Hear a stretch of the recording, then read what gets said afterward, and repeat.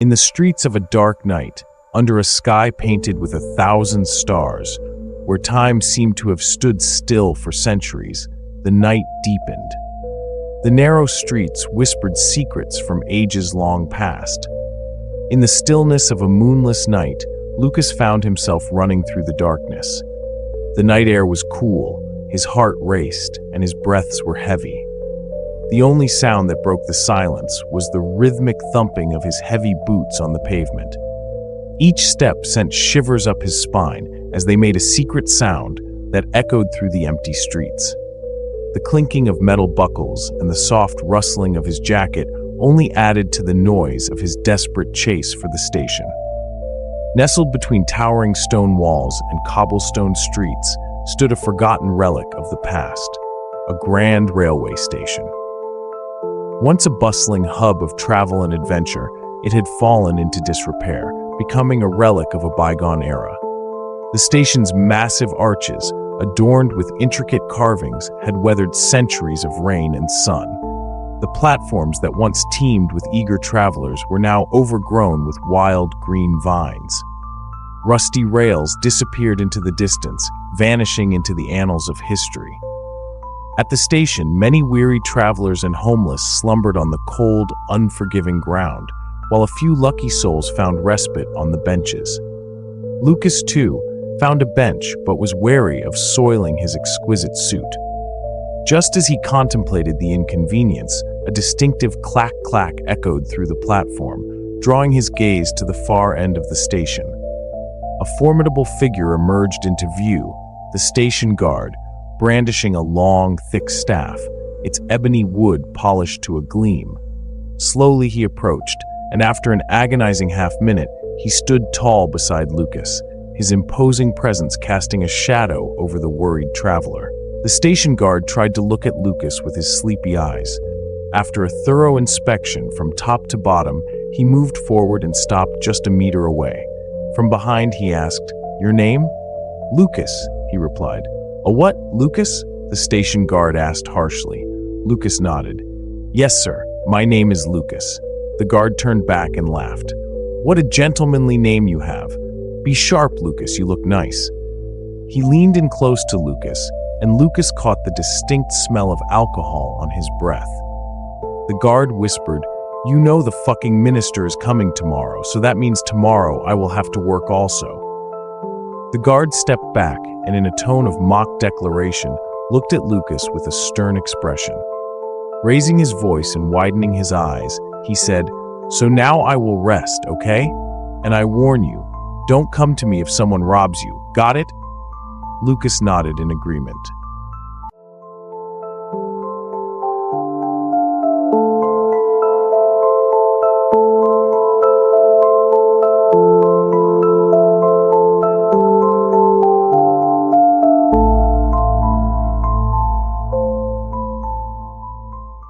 Lucas went a few meters away to find an empty bench. After running wildly through the dark alleys of the city, the thought of some rest was a welcome relief. After a short while, fortunately, Lucas found an empty bench. He sighed in relief and slumped onto it, his body aching from the stress of the night. He gently placed his bag beside him, using it as a pillow. Carefully, he stretched his legs out on the bench, finally allowing himself to relax. He closed his eyes, the cool night air brushing his face as he began to drift into a light sleep. However, his moment of comfort proved to be short-lived. Just as he started to feel at ease, he suddenly felt a jolt on his legs. Startled, he opened his eyes to see a man standing over him, a mysterious stranger, impatience gleaming in his eyes, and he did not seem to be in a polite mood at all. "Hey buddy, this isn't a place to stretch out your legs. This bench is for sitting, not for lying down like it's your dad's," the stranger said with a hint of rudeness. Lucas, who was exhausted and yearning for sleep after a day of travel, became extremely irritated at being woken up like this. He felt an urge to slap the man and thought to himself that this guy didn't even know that you shouldn't wake someone who's sleeping. However, out of necessity, Lucas's mind overruled his heart. and he quickly apologized and pulled his feet back. A faint smile appeared on the stranger's face as he sat down on the bench. He silently looked ahead, with half a matchstick in his mouth. Lucas kept glancing at this stranger, with whom he now had to share the bench, who had suddenly intruded into his peaceful moment. After some time, thoughts about this mysterious person began to swirl in Lucas's mind. What could be his purpose? Is he some kind of thief or thug? No, it didn't seem like that, because if he were, he would have asked for money by now or attacked him in some other way. These questions sparked curiosity in Lucas's heart. Who is this person? After a moment when sleep make its effects on Lucas, he wished to kick the stranger in the ass, and why he just fuck off, so that he can sleep. In this dilemma, Lucas closed his eyes, but his heart was beating fast, each moment bringing a new question. But he decided to control his restlessness and wait silently. A few moments of silence settled between them, heavy and unbroken. Lucas picked up his bag, placed it in his lap, and tried to sleep again with his head resting on it. The stranger, who had been quietly looking ahead for quite some time, looked at Lucas again and said, "Hey buddy, are you asleep? Wake up, there's still a long night ahead." Lucas, who was preparing to drift back into the river of sleep, stopped himself. Although he had wanted to talk to the stranger a while ago, being woken up again made him angry. However, he didn't express his anger and simply chose not to respond. As his connection with sleep was repeatedly interrupted, Lucas lifted his head from the bag and glanced at the stranger, who was now looking at him with a smile. The stranger's smile only served to further irritate Lucas, prompting him to turn away in frustration. The stranger, sensing the irritation, laughed and said, "Hey buddy, why are you getting upset? There's the whole night to sleep. I'm gonna leave soon, and then you can sleep as much as you want. The whole bench will be yours. I just thought, since we have a guest in our city, let's have a chat. By the way, I apologize if I caused you any inconvenience." His tone was sweet and disarming. Lucas's thoughts churned with irritation. Inconvenience? What else have you given, you dog? He thought to himself. Silence enveloped them once more, a heavy blanket of unspoken words. The stranger looked at Lucas again and softly asked, "You're new to this city, right?" Lucas, thinking that the stranger wouldn't stop until he got a response, decided it might be easier to engage. He nodded and replied, "Yes, I arrived tonight." The stranger, with a sudden movement, pulled one hand out of his coat pocket and started rubbing the back of the bench. "How cold and harsh this night is, isn't it?" he remarked, looking at Lucas with a pained expression. Lucas didn't respond, thinking to himself and bitterly saying in his heart, "Then go home if it's cold and harsh, instead of sitting here wasting my time talking like a dog." The stranger continued, seemingly no concern by Lucas's silence. "I think a cup of coffee right now would be a good option. Hey, what's your name?" he asked. Lucas hesitated, but then replied curtly, "Lucas." "Oh yeah, Mr. Lucas. My name is Victor, and I am sorry. Excuse me, can I ask? You look like a very wealthy man. What do you do for work or business?" The stranger inquired in a rapid. "I am a writer," Lucas responded, his tone flat. "A writer? So, are you having bad days nowadays?" the stranger pressed. "Yeah, I have kind of bad taste in my writing. Why do you ask?" Lucas retorted, a hint of defensiveness in his voice. The stranger began to explain, but was cut off by Lucas. "I get you. You're wondering why I'm here and not in a hotel. Maybe you know, like a writer, a person should know new things to write new things." "Oh yeah, Mr. Lucas, as you said, new things. Would you like to join me for a coffee? And with that excuse, I can show you the city," the stranger suggested. "No, sir. Thanks. I will take some rest. Tomorrow early morning, I have to take the bus ride to my village," Lucas replied, hoping to end the conversation. The stranger was persistent. "Come on. There's a whole night ahead. You can spare a few minutes with me. This city is known for its vibrant nights." Lucas, skeptical, replied, I didn't notice anything like that down the street. Victor seized the opportunity. That's precisely why I'm asking you. I'll show you the true essence of this city. Lucas hesitated, his mind a battleground of conflicting thoughts. Could he trust this stranger? Lucas put his head back on the bench, looked at the stranger, and said, "No, man, I can't get up. I'm sleepy." Victor tried very hard, but he couldn't win Lucas's trust. Disheartened, he got up from the bench. "All right then, Mr. Lucas, I'll take my leave now. If fate allows, we'll meet again." For a moment, he looked at Lucas silently, and Lucas kept shifting his gaze here and there, hoping Victor would leave soon. Victor walked away a little, but then turned back and approached Lucas again. "One more thing, Mr. Lucas. Right now you're sitting here, but if you feel like having a coffee later, you just need to."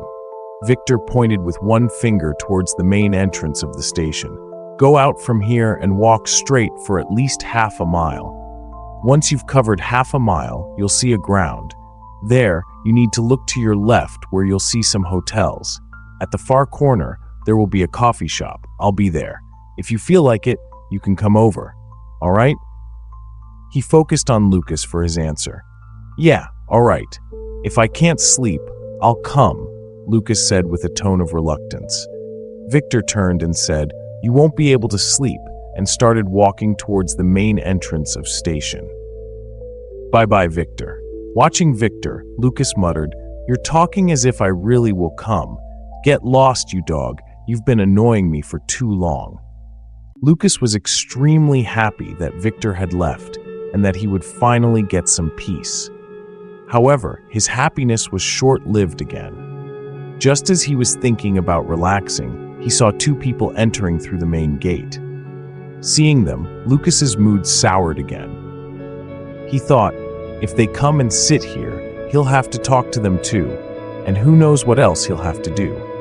Lucas sat up straight and kept watching the two men. They both stood near Lucas, their faces radiating an intense terror.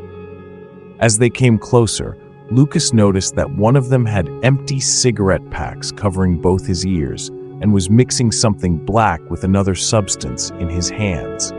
The other man was trying to light a white powder on a piece of paper from below. They stared at Lucas for a while, but then laughed and moved on, talking to each other. "Leave it, man.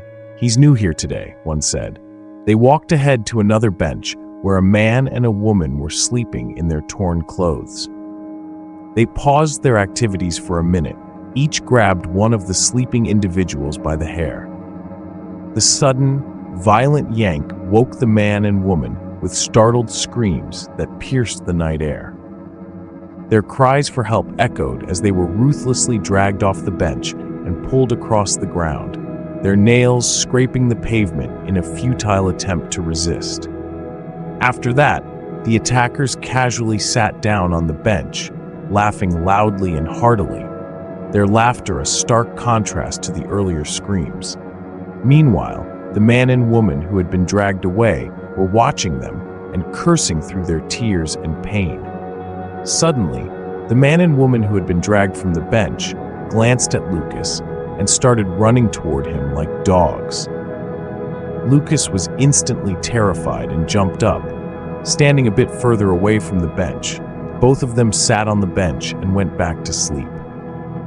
Lucas was watching the two men who were still laughing and engrossed in their activities. One of them looked at Lucas and laughed, saying, "Hey man, why are you scared of those people? We slap them around all the time." The other man said, "Come on, come over here and sit with us." Terrified by their invitation and the casual way they spoke about their violence, Lucas felt a surge of fear. Without saying a word, he turned and ran towards the main entrance of the station.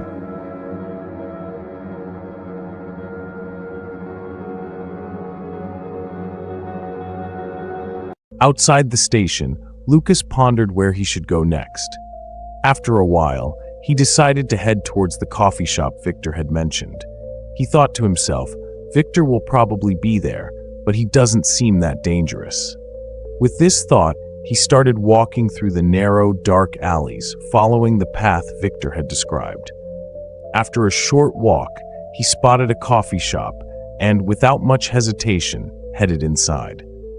As he crossed the threshold, he was greeted by the rich, intoxicating aroma of freshly roasted and brewed coffee beans. The soft murmur of hushed conversations and the clinking of porcelain cups against saucers filled the air, enhancing the cafe's cozy, welcoming ambiance.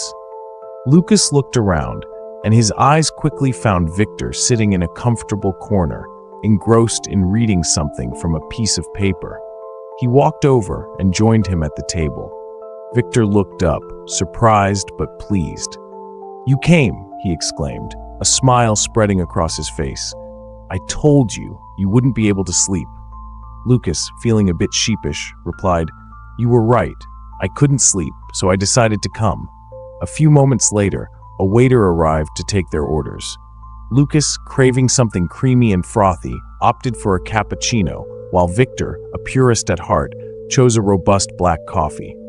Their choices reflected their personalities, adding another layer to their shared experience in this hidden gem of a cafe. In the cozy nook of the cafe, Lucas and Victor found themselves immersed in a riveting dialogue, their discourse wafting through the air like the enticing scent of freshly brewed coffee. With each measured sip of the artisanal brew, Lucas experienced a medley of flavors performing a ballet on his taste buds. Victor, with his tales of the city, painted a vivid picture of the undiscovered wonders waiting to be explored. As the coffee mugs were drained, the pulsating energy of the cafe infused Lucas with a profound sense of fulfillment. A smile of satisfaction graced his face as he cast a glance at Victor. The melodious tinkle of the cafe door marked their departure, and they once again ventured into the dark of the city streets. "Thanks for the coffee, Mr. Victor. I really should be heading back now. Tomorrow is a long day, and I need some rest," Lucas said, standing a little behind Victor. Victor, smiling, responded, "Lucas, I understand, but trust me, the night is still young, and there's so much more to see." Lucas looked hesitant. "I appreciate the offer, but I'm not much of a night person. Besides, I have an early bus to catch." Leaning in with a twinkle in his eye, Victor said, "Lucas, sometimes the best stories are written in the unexpected moments. Don't you want to experience the heart of this city?"